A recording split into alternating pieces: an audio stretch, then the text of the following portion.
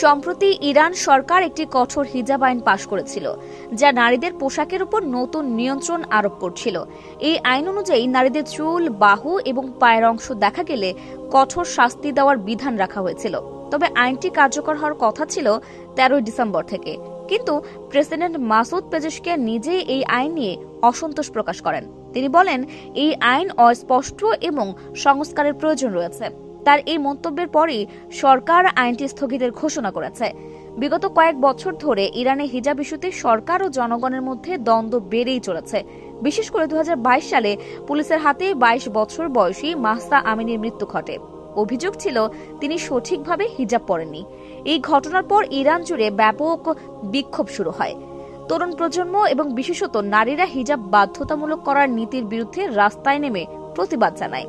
এরপর থেকে সরকারের প্রতি জনগণের ক্ষোভ ক্রমাগত বাড়তে থাকে। নতুন হিজাব আইনে বলা হয়েছিল, নারীদের পোশাকে কোনো খোলা অংশ দেখা গেলে তাদের বিরুদ্ধে কঠোর ব্যবস্থা নেওয়া হবে। এর মধ্যে জরিমানা, জেল এবং সরকারি সুযোগ সুবিধা বাতিলের মতো শাস্তির বিধান ছিল।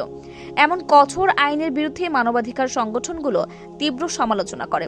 তারা বলেন, এই আইন নারীদের স্বাধীনতা আরও হরণ করবে এবং ইরানের সামাজিক অস্থিরতা বাড়িয়ে তুলবে। প্রেসিডেন্ট মাসুদ পেজেশকিয়ান এই আইন নিয়ে শুরু থেকেই ছিলেন স্পষ্টভাষী। তিনি বলেন, এই আইন বাস্তবায়ন হলে সরকার আরও বিচ্ছিন্ন হয়ে পড়বে এবং পরিস্থিতি আরও জটিল হবে। তার এই মন্তব্যের পরপরই আইনটি স্থগিত করার সিদ্ধান্ত নেওয়া হয়। গত সপ্তাহেও ইরানের নতুন হিজাব আইনের বিরুদ্ধে ব্যাপক প্রতিবাদ দেখা গেছে। প্রায় 300 জন অধিকার কর্মী, সাংবাদিক এবং লেখক এই আইনের বিরুদ্ধে যৌথ বিবৃতি দেন। তারা বলেন, এই আইন জনগণের মৌলিক স্বাধীনতার পরিপন্থী এবং এটি নারীদের অধিকার ক্ষুণ্ণ করছে। বিক্ষোভকারীদের মূল দাবি হল, নারীদের পোশাকের উপর জোর করে কোনো আইন চাপিয়ে দেওয়া যাবে না। তারা মাহসা আমিনের ঘটনার উদাহরণ টেনে বলেন, এমন আইন শুধুই সরকারের প্রতি জনগণের ক্ষোভ বাড়াবে। অন্যদিকে আইনটির সমর্থকরা প্রেসিডেন্টের উপর চাপ তৈরি করছেন দ্রুত এই আইন কার্যকর করার জন্য। মাসুদ পেজেশকিয়ান একজন সংস্কারবাদী নেতা হিসেবে পরিচিত।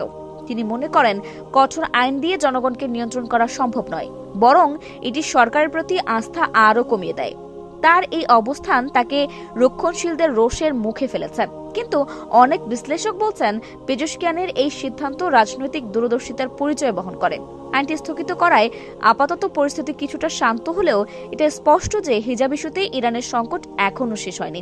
তরুণ প্রজন্ম, বিশেষ করে নারীরা, তাদের স্বাধীনতার জন্য লড়াই চালিয়ে যাচ্ছেন। সরকারের সামনে এখন দুটি পথ: 1, আইনটিকে আরো নরম ও গ্রহণযোগ্য করা, অথবা 2, কঠোরভাবে এটি প্রয়োগ করে বিরোধিতার ঝুঁকি নেওয়া। বিশ্লেষকদের মতে, প্রেসিডেন্ট পেজেশকিয়ান হয়তো পরিস্থিতি শান্ত করার চেষ্টা করছেন, কিন্তু তার এই পদক্ষেপের ভবিষ্যৎ নির্ভর করবে জনগণ এবং রাজনৈতিক মহলের প্রতিক্রিয়ার উপর। ইরানের নতুন হিজাব আইন স্থগিত হলেও এটি দেশটির সামাজিক ও রাজনৈতিক অস্থিরতার একটি গুরুত্বপূর্ণ অধ্যায় হয়ে থাকবে। প্রেসিডেন্ট পেজেশকিয়ান সংস্কারের কথা বললেও তার সামনে কঠিন চ্যালেঞ্জ অপেক্ষা করছে।